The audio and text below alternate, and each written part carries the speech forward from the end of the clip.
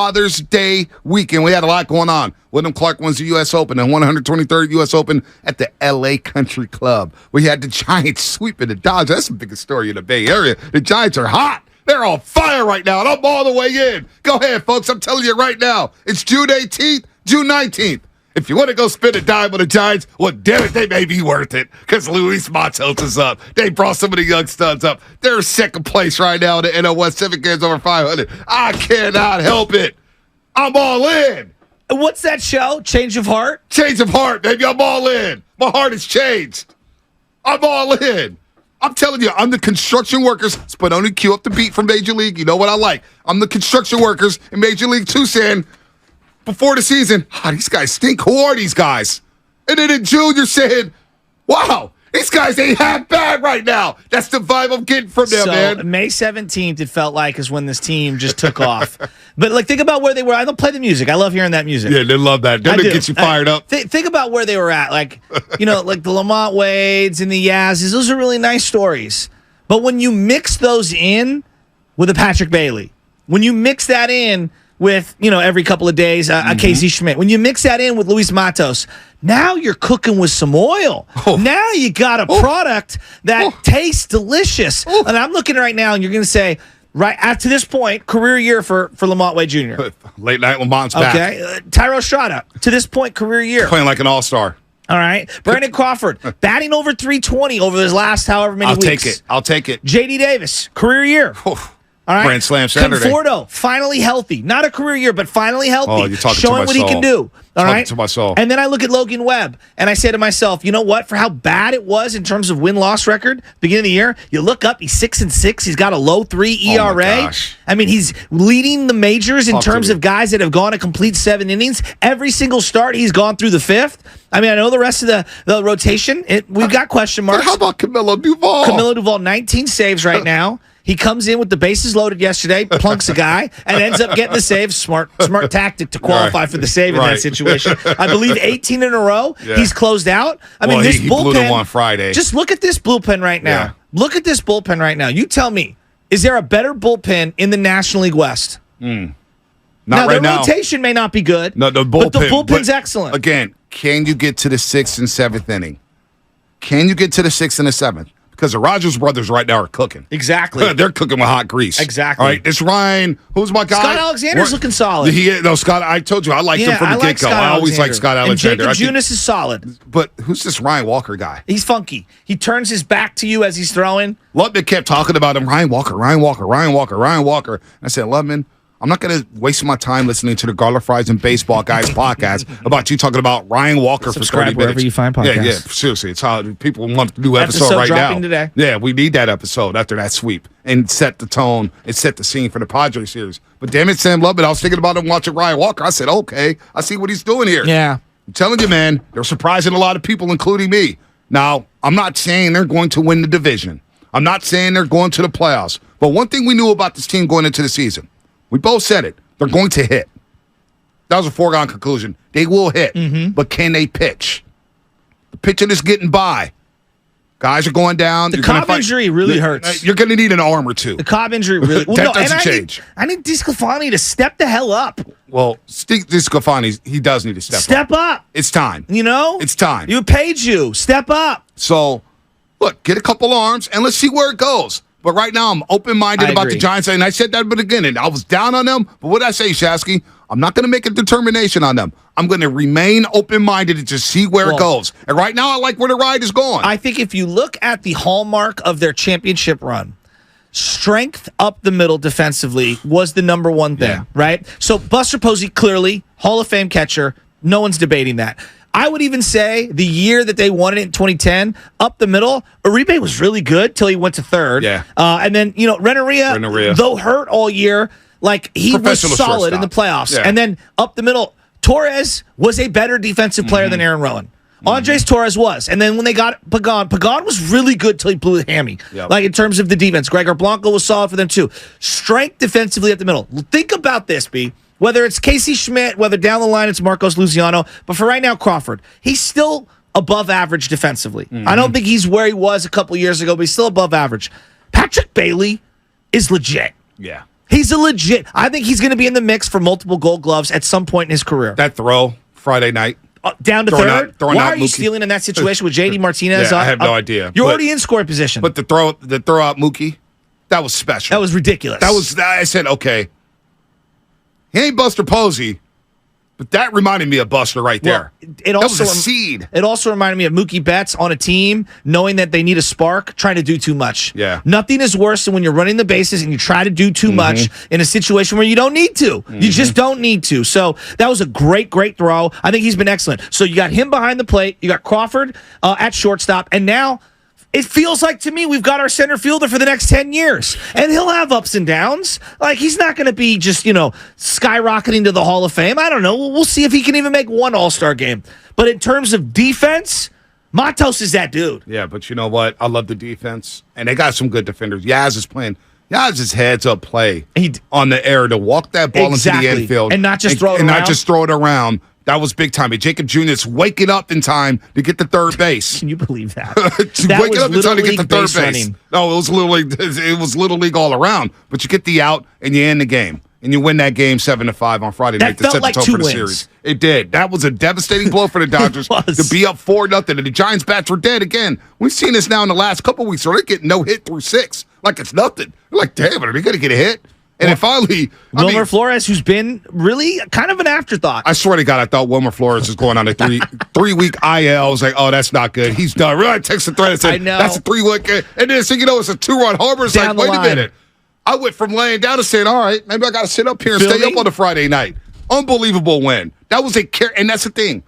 These wins, the way they're winning, in the fashion that they're winning in, it's building character in that clubhouse. It's building belief. And right now, they're floating. They're floating. There's no doubt they're floating. Gabe Clapper's walking into the clubhouse right now. He's floating. He's tweeting nonstop. He's Instagramming whatever the hell he's Instagramming. But he's feeling good right now. And the Giants' Instagram page to sit out that graphic, the handshake line in front of the Hollywood sign. It was so sick. I said, I was cursing. Oh, man. I'm telling you, man, I haven't been this jacked up about the Giants. I think I may be more jacked up about this team than I was all of 2021. Well, so I want to ask you about that. Like, I feel like I'm having so much fun watching this team develop, just in general, like a lot of fun. And then they've got a couple guys that I just like. I like watching Brandon Crawford. I like Yaz. Well, don't love him, like Yaz. And I really like Lamont Wade. No, it's just hitting me right now. We're going to get to Clark in South Carolina. They're one of the best stories in baseball this year. Hang on, Clark. 1 second, Clark, because I want to get to you about this Draymond Green call. I do. South Carolina, you're calling us. You're 3 hours ahead. We're going to get to you after this point.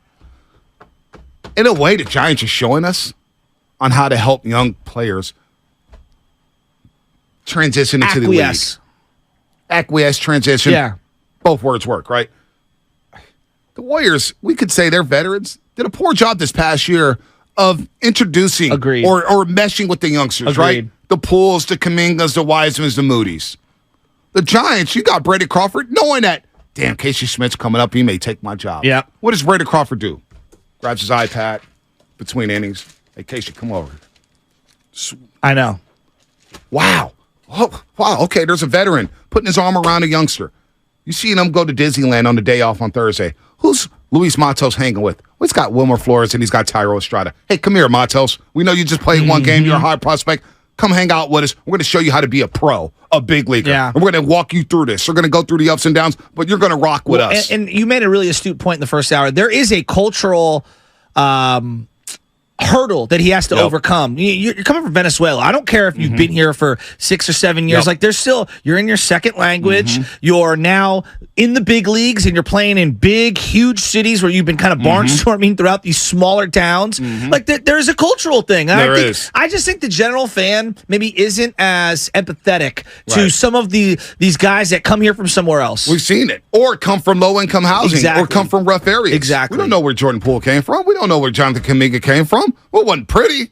They didn't wake up with him. You know what I'm saying? No. They didn't wake up pooping out golden nuggets. No. You know what I'm saying?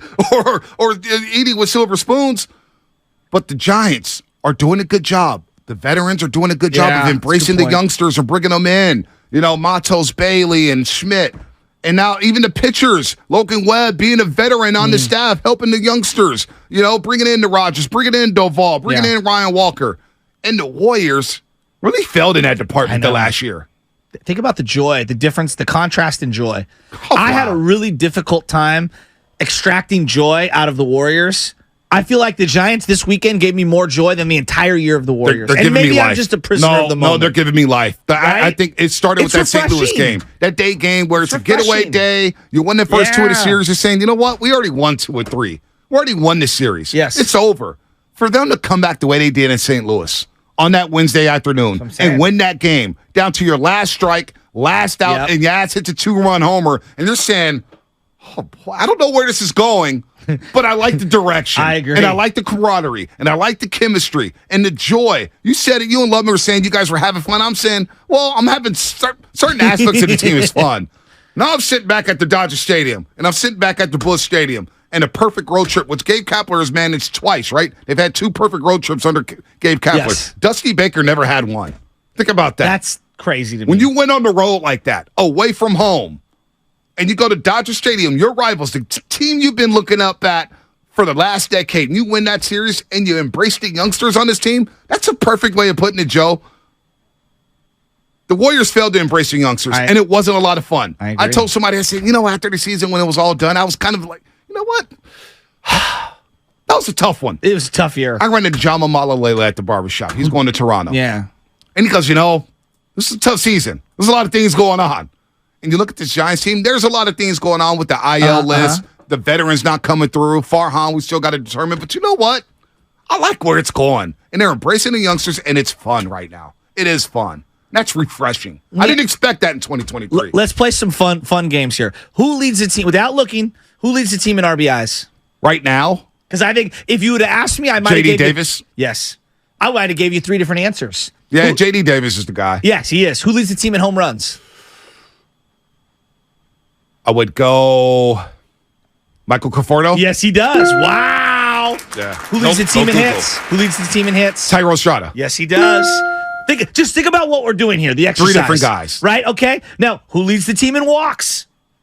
Lamont Wade Jr. 47. OPS is high. Really high. Like, stolen bases. I would go right now, probably Tyrell Estrada. 17. Yeah. He's on pace for 35 plus stolen bases. They're running. You talked about the suicide squeezes. It's been incredible. The small ball, the bunting. I know your dad's happy about the bunting, but they're playing the small ball. It's really been amazing. Who leads the team in scored runs, as in not RBIs, but the runs that they've scored, as they're the guy who scores? It's called runs. Got to be Estrada, right? Estrada and Wade are tied 38. Yeah. Conforto right behind him at 37. Yeah, the point that I'm trying to make is, look at this team. They're getting collection, production across the board. Contributions everywhere. Everywhere. The one area, to me, that I'm the most concerned about is starting pitching. And if they can get themselves a frontline starter, then I can, for this year, I can take them much more serious as a legitimate playoff team. Yep. But right now, I'm seeing a team turn the corner. Yeah. And it's fun.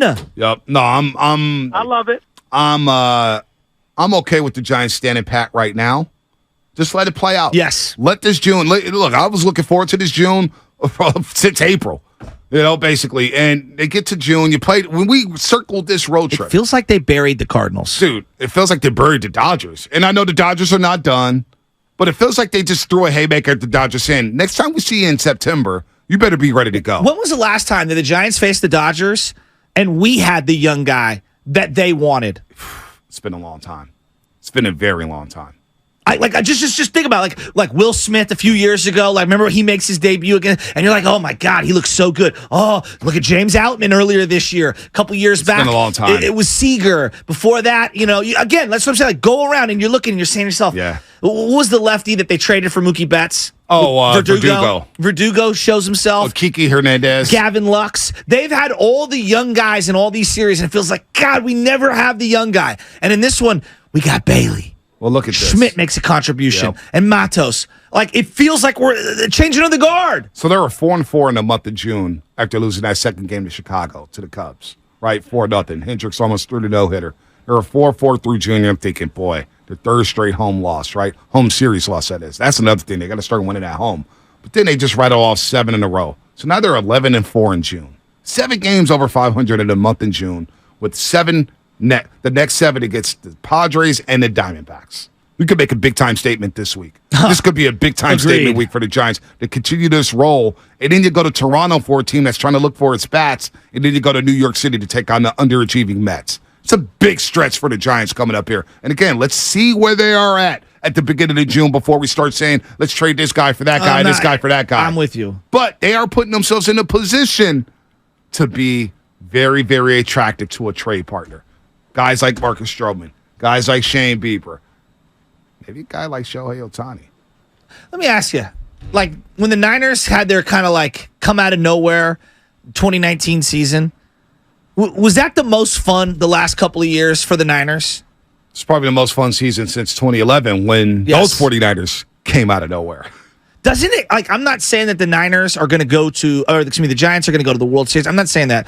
But, like, that 2009 team for the Giants, like, I felt like they were building something. Yeah. And it rolled into 2010. And I didn't think 2010 was going to be a champion. But it felt like they were turning the corner and building something. Why do I feel even more optimistic now? Am I just in the moment of it? No. They got something cooking here.